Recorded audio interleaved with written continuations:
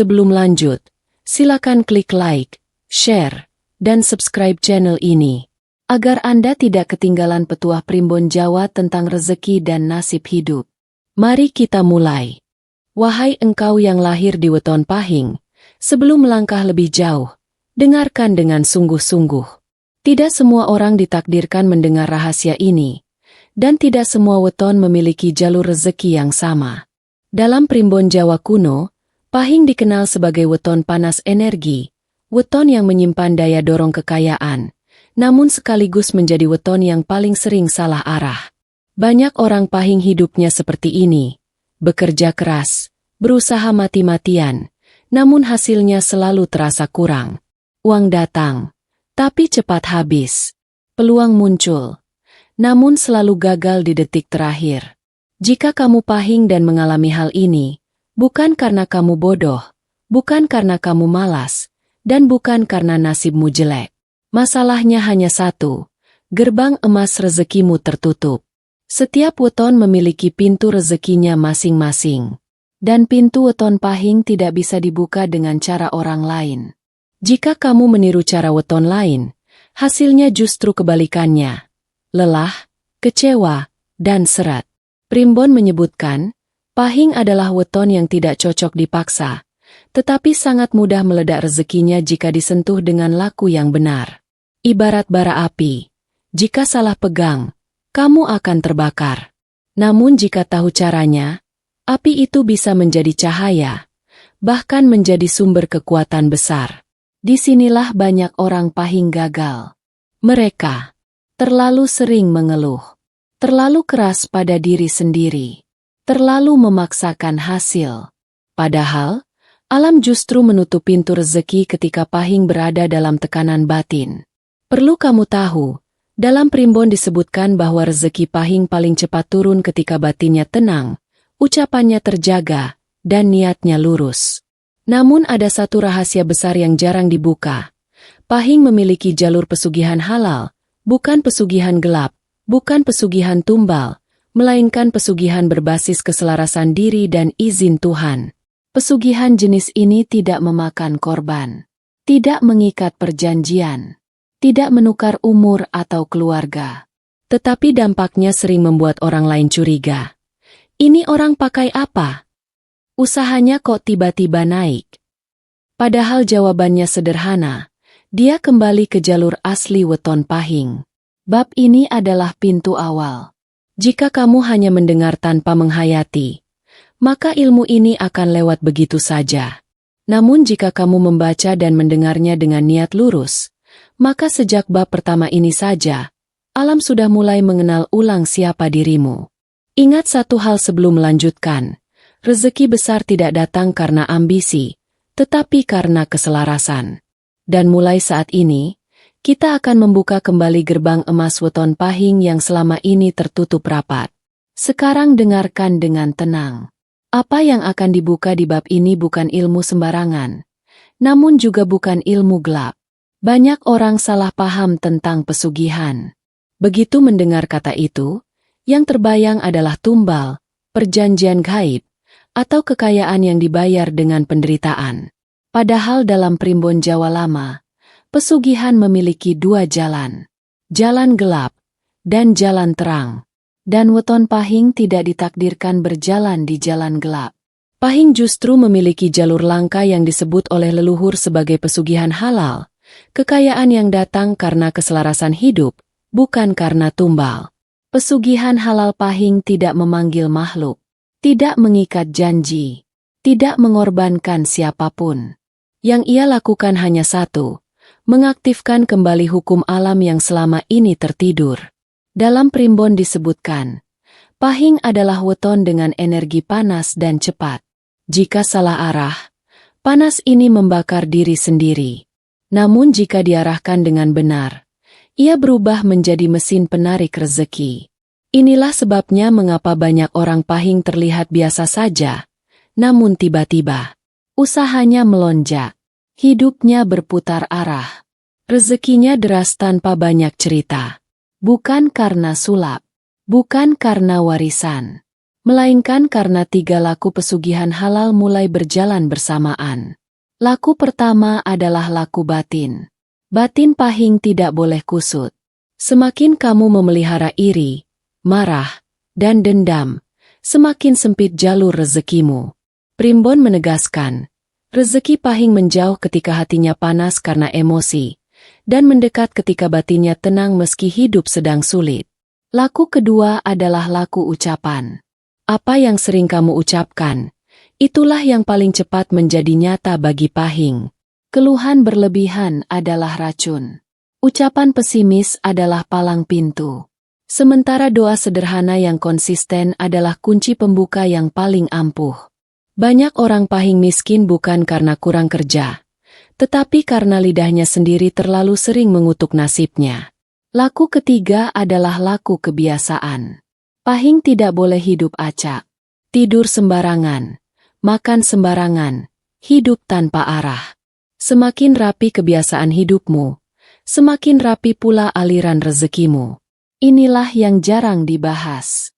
Pesugihan halal bukan ritual sesaat, melainkan proses mengembalikan diri ke jalur yang sudah ditentukan sejak lahir. Jika 3 laku ini berjalan bersamaan, maka alam mulai bekerja untukmu. Orang yang tepat akan datang, peluang yang pas akan muncul, dan uang akan mengalir tanpa harus kamu kejar dengan nafsu. Disinilah banyak orang kaget, karena pesugihan halal pahing sering terlihat seperti keberuntungan mendadak. Padahal sejatinya, itu adalah rezeki yang kembali ke pemiliknya. Bab ini adalah fondasi. Jika kamu memahaminya, maka bab berikutnya akan terasa jauh lebih kuat. Sekarang dengarkan baik-baik. Bab ini tidak nyaman, namun justru inilah bab yang paling menentukan. Banyak orang pahing merasa sudah berusaha, sudah berdoa, bahkan sudah melakukan ritual. Namun rezekinya tetap seret. Usahanya seperti bocor. Uang datang, lalu menghilang. Primbon menyebutkan satu sebab utama, pelanggaran pantangan weton. Untuk pahing, pantangan bukan mitos. Ia adalah hukum energi. Sekali dilanggar terus-menerus, rezeki tidak akan bisa menetap, seberapapun besar peluang yang datang. Dan inilah 3 larangan paling fatal bagi weton pahing. Larangan pertama, mengeluh berlebihan. Keluhan bagi weton pahing bukan sekadar curhat. Dalam primbon disebutkan, ucapan pahing adalah perintah bagi alam. Saat kamu sering berkata, hidupku berat, uang susah, nasibku memang begini, alam mencatatnya sebagai izin untuk menutup aliran rezekimu. Inilah sebabnya orang pahing yang sering mengeluh akan terus berada di lingkaran yang sama, meski usahanya besar. Bukan karena doanya tidak didengar, tetapi karena ucapannya lebih dominan daripada doanya. Pahing diciptakan dengan lidah bertuah. Jika salah digunakan, ia berubah menjadi senjata makan tuan. Larangan kedua, meremehkan rezeki kecil. Ini larangan yang sering dianggap sepele, padahal dampaknya panjang. Primbon Jawa menegaskan, rezeki besar pahing selalu diawali dari rezeki kecil yang dihormati. Uang receh, pekerjaan sederhana, peluang kecil. Jika kamu sering berkata dalam hati, cuma segini, ngapain, kecil amat, tidak sebanding capeknya, maka saat itu juga, pintu rezeki besar ditutup dari arah yang tidak terlihat. Banyak pahing gagal kaya bukan karena kurang peluang, melainkan karena menolak prosesnya. Padahal bagi pahing, yang kecil itu bukan hina, melainkan bibit emas. Larangan ketiga, paling berbahaya, menunda sedekah saat hati tergerak. Ini larangan pamungkas. Dan inilah yang paling sering menjatuhkan orang pahing. Sedekah bagi weton lain adalah kewajiban. Namun bagi pahing, sedekah adalah saklar rezeki. Primbon menyebutkan, ketika hati pahing tergerak untuk memberi namun ia menundanya, maka energi rezeki langsung berbalik arah. Bukan karena Tuhan marah, bukan karena rezeki diambil, tetapi karena pahing menolak aliran yang seharusnya mengalir lewat dirinya. Inilah sebabnya ada pahing yang tiba-tiba jatuh secara ekonomi padahal sebelumnya lancar. Bukan karena santet, bukan karena sial, melainkan karena sekali saja menolak panggilan memberi. Pesan keras bab ini. Jika kamu pahing, dan 3 larangan ini sering kamu langgar, maka sekuat apapun ritualmu, hasilnya akan bocor. Namun kabar baiknya satu, larangan ini bisa diperbaiki. Dan ketika diperbaiki, rezeki sering kembali lebih deras dari sebelumnya. Bab selanjutnya akan membuka cara menetralkan pelanggaran ini dan mengembalikan jalur rezeki tanpa harus mengulang masa sulit. Sekarang kita masuk ke bagian yang paling ditunggu. Namun dengarkan baik-baik. Ritual ini bukan ilmu gelap, bukan pemanggil makhluk, bukan perjanjian gaib, dan tidak membutuhkan tumbal apapun. Ini adalah ritual penetral, yakni cara untuk membersihkan jalur rezeki weton pahing yang sebelumnya tertutup akibat pelanggaran sadar maupun tidak sadar. Primbon Jawa menyebutkan, sekuat apapun energi rezeki seseorang, jika jalurnya kotor, maka rezeki hanya akan lewat, tidak akan singgah. Dan ritual inilah yang berfungsi seperti membersihkan pintu yang lama terkunci. Waktu paling kuat untuk pahing. Ritual ini tidak boleh sembarangan waktu. Energi pahing paling selaras ketika dilakukan pada malam Jumat pahing, atau minimal malam Jumat biasa jika belum ketemu pahing. Kenapa malam Jumat? Karena pada waktu inilah energi batin lebih tenang, dan getaran niat lebih mudah diterima alam. Persiapan ritual sangat penting. Jangan terburu-buru. Kesalahan terbesar orang pahing adalah tidak sabar. Persiapkan. Air putih 1 gelas, bukan air kemasan mahal, cukup air bersih. Tempat duduk yang tenang. Niat lurus, bukan serakah. Sebelum ritual, mandilah seperti biasa. Tidak perlu bunga, tidak perlu wewangian aneh. Karena yang dibersihkan bukan tubuh, melainkan getaran batin. Langkah ritual pahing. Duduklah dengan tenang. Punggung tegak. Menghadap kiblat jika bisa. Pejamkan mata. Tarik napas perlahan 7 kali. Setiap tarikan napas, lepaskan keluhan, rasa iri, penyesalan, rasa tidak percaya diri. Setelah napas ke-7, letakkan tangan kanan di dada. Ucapkan dalam hati, tidak perlu keras. Ya Gusti, aku kembalikan segala keluh, aku netralkan segala salah. Aku terima rezekiku sesuai jalanku sebagai pahing. Setelah itu, tiupkan napas perlahan ke dalam air putih. Bayangkan cahaya hangat masuk ke air tersebut. Minum air itu perlahan. Jangan sambil berpikir macam-macam. Diamlah sejenak. Inilah bagian paling penting yang sering diremehkan. Selama 3 hari setelah ritual, orang pahing dilarang keras. Mengeluh. Membicarakan keburukan diri sendiri. Meremehkan uang sekecil apapun. Jika ada rezeki datang, sekecil apapun, ucapkan syukur dalam hati. Jika ada keinginan sedekah muncul, jangan ditunda. Inilah cara Allah menguji apakah jalur rezekimu layak dibuka kembali. Jika ritual ini tepat, biasanya tanda-tanda muncul halus. Perasaan lebih ringan. Tidur lebih nyenyak. Pikiran lebih jernih. Keberanian muncul tanpa dipaksa.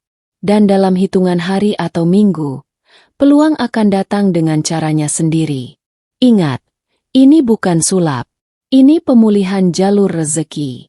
Bab berikutnya akan membahas tanda-tanda rezeki besar siap masuk dan bagaimana menyambutnya agar tidak lewat sia-sia. Sekarang dengarkan bagian ini dengan sangat serius. Karena bab ini adalah cermin. Jika kamu benar-benar pahing, dan sudah melakukan laku di bab sebelumnya, maka tanda-tanda ini tidak bisa dipalsukan. Primbon Jawa menyebutkan, ketika jalur rezeki pahing mulai terbuka, alam tidak langsung memberi uang, melainkan memberi tanda. Dan tanda-tanda inilah yang sering diabaikan, hingga rezeki besar lewat begitu saja. Tanda pertama, hidup terasa lebih ringan. Ini tanda paling awal. Bukan kaya, bukan langsung dapat uang, namun tiba-tiba Dada terasa lega. Pikiran tidak seberat biasanya. Masalah tetap ada, tapi tidak menekan. Primbon menyebut ini sebagai tanda batin sudah sinkron. Saat batin Pahing ringan, rezeki mulai berani mendekat. Jika kamu merasakan ini, jangan disepelekan. Ini adalah sinyal awal. Tanda kedua, orang lama muncul kembali. Perhatikan baik-baik.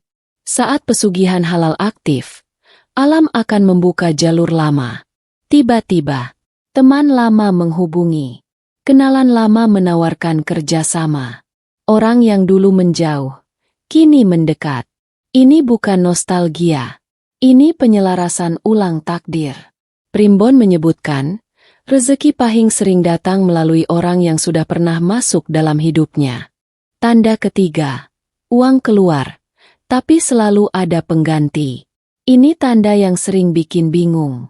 Kamu mengeluarkan uang untuk kebutuhan, untuk sedekah, untuk membantu orang. Namun anehnya, tidak lama kemudian selalu ada uang masuk dari arah yang tidak kamu duga. Inilah yang disebut Primbon sebagai aliran mulai stabil. Jika kamu panik dan menahan aliran ini, rezeki bisa kembali tersendat. Tanda keempat, muncul keberanian tanpa dipaksa. Perhatikan perubahan halus ini. Kamu jadi lebih berani mengambil peluang. Tidak terlalu takut gagal. Lebih yakin pada keputusan sendiri. Ini bukan nekat. Ini insting Pahing yang bangun kembali. Primbon menyebutkan, ketika insting ini aktif, jalan rezeki sudah terlihat oleh batin, meski mata belum melihat hasilnya. Tanda kelima, tidur lebih nyenyak, mimpi lebih jelas. Ini tanda yang jarang dibahas, namun sangat kuat. Pahing yang jalur rezekinya terbuka biasanya tidur lebih nyenyak, jarang mimpi buruk, atau mimpi terasa jelas dan bermakna. Bukan ramalan, melainkan batin tidak lagi konflik. Dan batin yang tenang adalah rumah terbaik bagi rezeki. Jika tanda-tanda ini muncul, jangan lakukan kesalahan fatal. Jangan sombong. Jangan pamer. Jangan menceritakan semua ke orang lain. Primbon mengingatkan, rezeki Pahing mudah naik, tapi juga mudah turun jika tidak dijaga dengan sikap. Bab terakhir nanti akan membahas cara mengunci rezeki agar menetap, bukan hanya datang lalu pergi. Sekarang dengarkan bab terakhir ini dengan sungguh-sungguh. Karena disinilah banyak orang Pahing gagal di detik terakhir. Mereka sudah melewati tanda-tanda, sudah merasakan aliran, sudah melihat peluang, namun rezekinya tidak bertahan. Primbon Jawa menyebut keadaan ini sebagai rezeki singgah tapi tidak menetap. Dan penyebabnya hampir selalu sama, tidak tahu cara mengunci rezeki. Prinsip utama mengunci rezeki Pahing. Weton Pahing adalah weton cepat naik, namun juga cepat turun jika lupa diri. Maka kuncinya bukan menambah ritual, melainkan mengubah sikap hidup.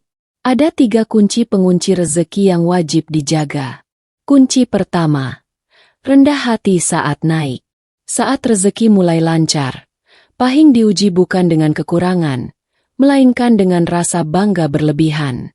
Primbon menegaskan, kesombongan adalah lubang kebocoran rezeki Pahing. Bukan berarti kamu tidak boleh senang. Boleh. Namun simpan kebanggaan itu di dalam, bukan di depan orang. Semakin kamu pamer, semakin cepat alam menyeimbangkanmu, dengan cara yang tidak enak. Kunci kedua, jaga aliran, jangan menahan. Rezeki Pahing bukan untuk ditimbun. Ia adalah aliran. Jika kamu terlalu pelit saat mampu, takut berbagi padahal hati tergerak, menahan sedekah karena rasa cemas, maka aliran akan melambat dengan sendirinya. Primbon menyebut, rezeki yang ditahan akan berubah menjadi beban. Berbagi tidak harus besar. Yang penting tepat waktu dan tepat niat. Kunci ketiga, disiplin pada laku kecil. Inilah kunci yang sering diremehkan. Pahing yang ingin rezekinya menetap harus menjaga hal-hal kecil. Waktu tidur, ucapan sehari-hari, Cara memperlakukan uang kecil. Sikap pada orang lemah. Primbon menulis dengan tegas. Rezeki besar bertahan karena kebiasaan kecil yang benar. Jika kebiasaanmu kacau, rezeki akan mencari rumah lain. Doa rezeki pahing. Setiap selesai sholat, atau saat hening, ucapkan dalam hati, "Ya Gusti, cukupkan aku tanpa membuatku lupa, lebihkan aku tanpa membuatku sombong, dan tetapkan rezekiku sebagai jalan kebaikan." Doa ini sederhana, namun bagi Pahing, ia adalah segel batin. Weton Pahing bukan diciptakan untuk miskin, namun juga bukan untuk serakah. Ia diciptakan untuk cukup, berlebih secukupnya, dan bermanfaat bagi sekitar. Jika kamu menjaga 3 kunci ini, maka rezekimu bukan hanya datang, tapi naik kelas. Dari cukup longgar, dari longgar mapan, dari mapan berpengaruh. Dan saat itu terjadi, kamu tidak perlu membuktikan apapun. Orang akan melihatnya sendiri. Jika kamu Pahing dan sampai di bab ini, bukan kebetulan. Amalkan dengan niat lurus. Jaga laku. Dan biarkan rezeki berjalan sesuai jalurnya.